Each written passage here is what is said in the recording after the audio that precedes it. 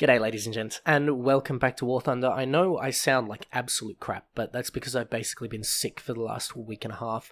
It really hasn't been great, and whilst I've absolutely really wanted to make content, I have not had... So 2 weeks ago I didn't have the time. A week ago I didn't have the time or the footage, and this week I've basically been sick, as you can probably hear, but hopefully you guys will put up with that as I make this video. So, the dev server has been out, and we've had a fair play. And honestly, a lot of things are more or less okay. I really like some of the new vehicles. I think there are a couple of opportunities that have been missed overall, but we'll get to that in a second. The new engine is quite nice. The new hangars are quite nice. I don't mind the fact that you can click on some of the vehicles around. The premium thing, a lot of people were complaining about that, but honestly, I don't really think that's a big issue. Sure, let them sell their premium vehicles. If you click on it, that's cool. But I don't really see how it's going to sell more premium vehicles. It's not putting it in your face realistically, because it's in your face anyway when you open up the tech tree, so I don't really see a problem with it. Anyway, I digress. So one of the things that I really wanted to talk about in this particular video were the new VTOL aircraft. So we're getting the Harrier GR1, the GR3, the AV8, and the AV8B for the Western powers. And then we have the Yak-38 and the Yak-38M. Now, these aircraft are all very, very interesting. They are all at 9.7. The GR1 has no flares, but it has SRAMs, and it gets 4 of them. The GR3 has AIM-9Gs and flares, and I think it's got a better engine as well. The AV8 has, I think, AIM-9Gs as well, but no flares, and the AV8C, I think it's the AV8C, but I can't quite remember. I think that has flares and AIM-9Gs and a slightly better engine, but I'm not quite sure. Regardless, they are all roughly at about 9.7. They all do about 1100 on the deck. They climb like crazy. Most of them have very limited WEP. I don't think it's not an afterburner as such. I think it's actual WEP. But these are, let's say, gimmicks. They're not going to be good for grinding unless someone manages to find a really good gimmicks or a real niche for them. Now, I've made several predictions about what could happen in the patch, down the line in the dev server, and I have gotten a couple of them wrong. In fact, I think I've gotten almost all of them wrong. But I think I'd like to put this one out anyway, just because I think there might be a little bit of something interesting in this patch. So the Harriers, whilst they climb quite well, they really suck at turning. So I'd imagine that if they suck at turning on the deck, they're going to even more suck at turning at higher altitudes. Maybe you could work the thrust vectoring a little bit so that they turn a little bit better, but then you're sacrificing a lot of speed. And speed at jets isn't really a sort of great thing, to lose.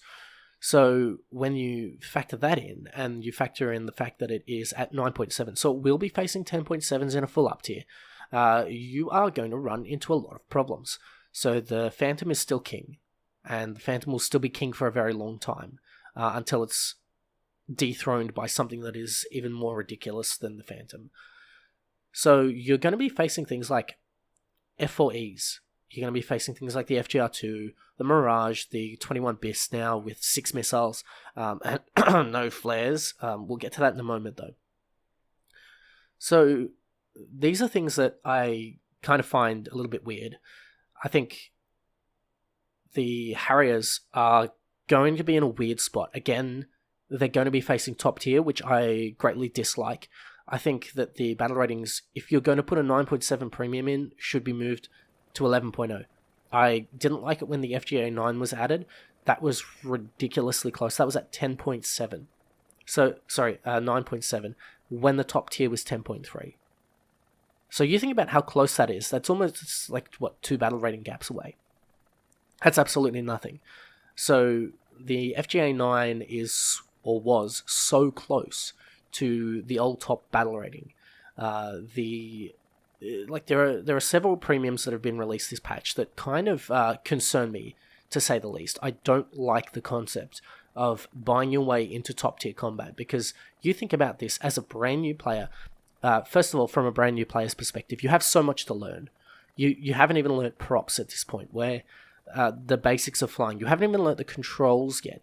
You may not know how to lock an air-to-air missile and fire it. You may not know how to even take off properly. And you're given a VTOL aircraft that you can buy straight off the bat and then go into top tier combat. I think that's a really shit way of selling the game. You think about that, someone is going to buy a Harrier straight off the bat because they love the Harrier, they're going to jump into a battle, they're going to get absolutely ruffle stomped, and then they're going to just outright quit because there's nothing in it for them, because they can't fly their Harrier, because they don't know the basics of the game. Not only that, they're going to have a shit crew, and shit crews really make a difference at top tier. You're just not going to have the awareness, so the spotting is going to be right up against you, your repair times are going to be high, your likelihood to be strafed on the runway is going to be increased as a result. And so you're not really going to have the facilities available to you that a veteran player might have. Not only that, but you're going to be fully up-tiered against top-tier jets. And this is going to happen fairly often, unless you somehow magically get down-tiered all the time. Now, I spent a long time playing 9.7, and I got a fair chunk of down tiers, but I also got a fair chunk of up tiers as well. And the up tiers really, really struggled.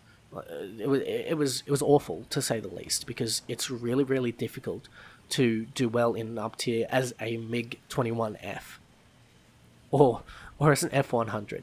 There's not a whole lot that you can do against a Mirage. There's not a whole lot you can do against a J-35D. And that's where I see a lot of the problems. You're going to be put up against things that are just better. They're going to have RWR, they're going to have flares, they're going to have radar, they're going to have radar-guided missiles, and you're stuck with SRAMs and 1100 kilometers per hour on the deck. And that's it. So you're going to be sold a pretty shit premium that doesn't really fit the top tier meta and gets up tiered a lot. Not only that, you're going to be giving players basically a plane that sucks at dogfighting, and the instinct for all new players is to dogfight. Now, let's take a look at it from a veteran perspective. So this is sort of why I personally have a fairly big gripe with high tier premiums. It's not that you're sort of selling people into an elitist club that no one else can get in. That's far from the truth. In fact, it's more like you're putting people that are inexperienced in your team. And so you have teams of Harriers or teams of FGA 9s that just crumble before you, and there's nothing else that you can do. And I've had this with the XM1. When the XM1 was released, I was playing the AMX 40 and I couldn't get a game. I literally could not get a good game. So I jumped into my Leopard 2K, I got a 7-kill game without anything really happening that was significant. Except for the fact that I literally drove past an XM1 who was just as blind as I was, because I was playing at 4 in the morning.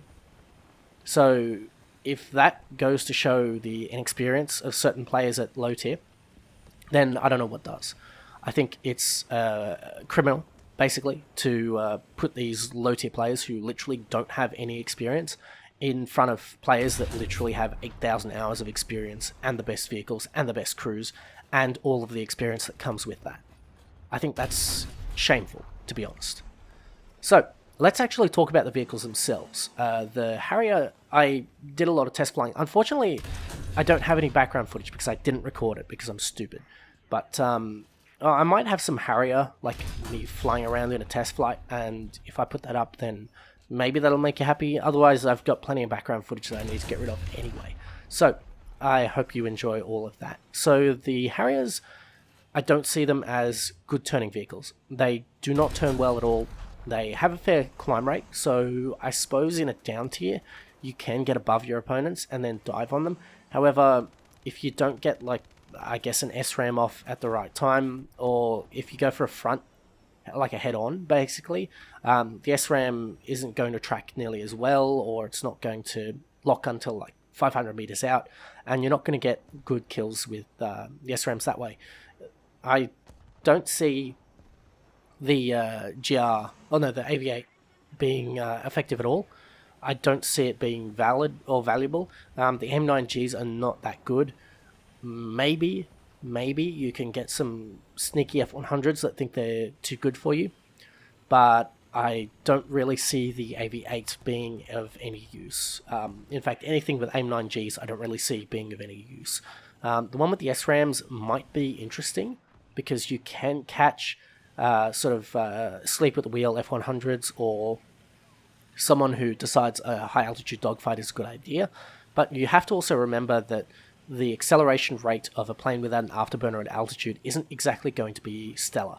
So MiG-21s will probably be able to out-accelerate that sort of 2 kilometer gap that the SRAM will sort of have as a max travel distance in not a lot of time.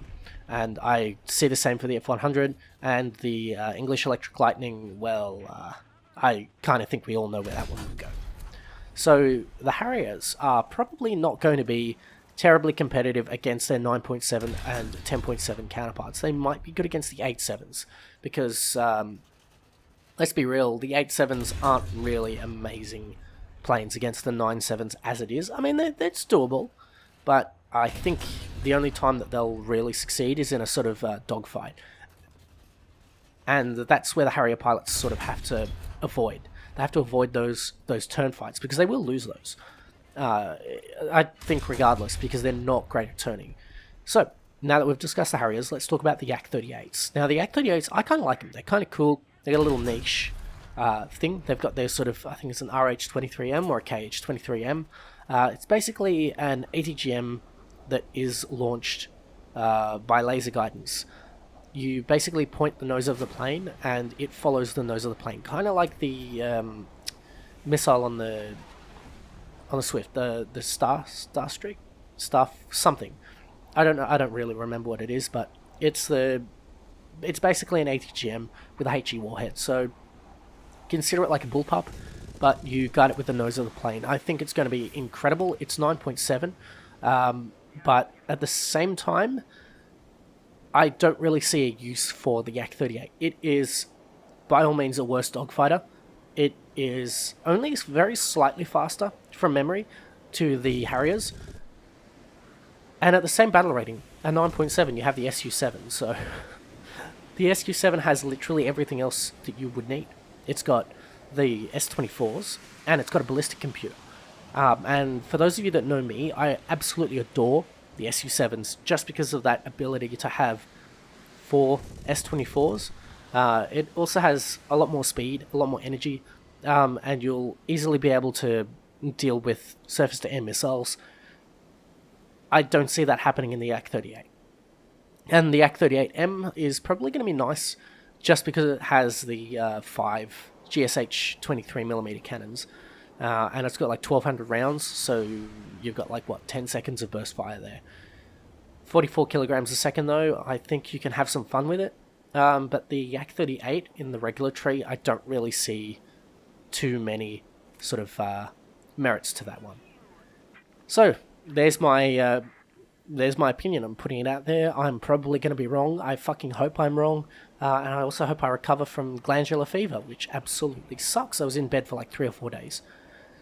Also, if any of you guys have any sort of suggestions for an artist that I can pick up for certain merch designs, I'm looking for someone that does like, not hyper-realistic, but like either a realistic drawing for aircraft, obviously, and also just that sort of clean design, sort of, that's kind of what I'm going for.